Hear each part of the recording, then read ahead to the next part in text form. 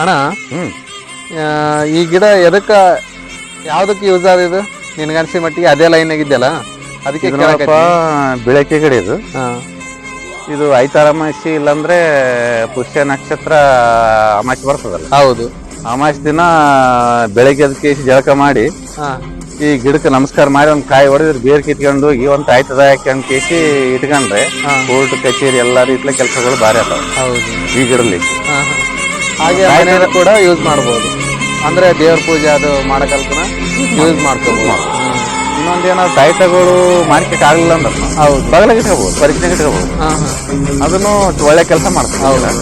ಮತ್ತೆ ಇನ್ನೊಂದೇನಪ್ಪ ಅಂದ್ರೆ ಈ ಪೂಜೆ ದರಿದ್ರ ಇರ್ತದಲ್ಲ, ಮನುಷ್ಯ ದರಿದ್ರ ಹೌದು ಈ ಗಿಡಕ್ಕೆ ಶುಕ್ರವಾರ ಒಂದು ಗುರುವಾರ ಬಂದ್ ಕೇಸ್ ಪೂಜೆ ಮಾಡಿ ಇದ್ರ ಆಶೀರ್ವಾದ ಪಡ್ಕೊಂಡು ಹೋದ್ರು ದರಿದ್ರ ಬಿಟ್ಟು ಹೋಗ್ತದ, ಕೆಲಸನೂ ಚೆನ್ನಾಗಿ ಚೆನ್ನಾಗತ್ತ. ಹಾಗೆ ಮನೆ